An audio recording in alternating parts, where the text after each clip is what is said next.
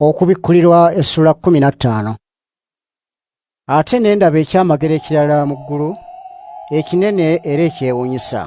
Waaliwo bamalayika 7 nga balina ebibonyoobonyo 7 ebisembayo, kubanga bye bimalayo obusungu bwa Katonda. Era ne ndaba ekiringa ennyanja ey'endabirwamu etabuddwamu omuliro. Ne ndaba n'abo abaawangula ekisolo n'ekifaananyi kyakyo, ekyalina ennamba nga lirinnya lyakyo, nga bayimiridde ku lubalama lw'ennyanja eyo ey'endabirwamu, nga bakutte ennanga Katonda ze yabawa.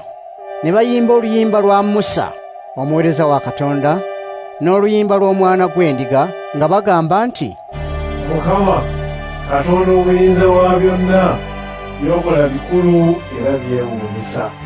Kabaka ow'emirembe n'emirembe, amakubo go matuufu era ga mazima.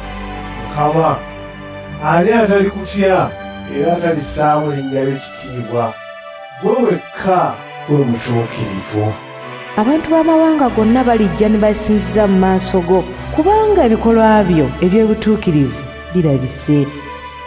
Ebyo bwe byaggwa, ne ndaba essinzizo ery'omu ggulu nga liggule, era nga lirimu eweema ekakasa nti Katonda alina abantu be.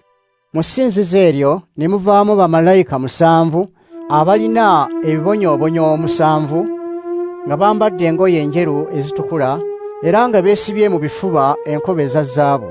Ekimu ku biramu ebina ne kiwa bamalayika 7 ebibya 7 ebya zaabu ebijjudde obusungu bwa Katonda aba omulamu emirembe n'emirembe.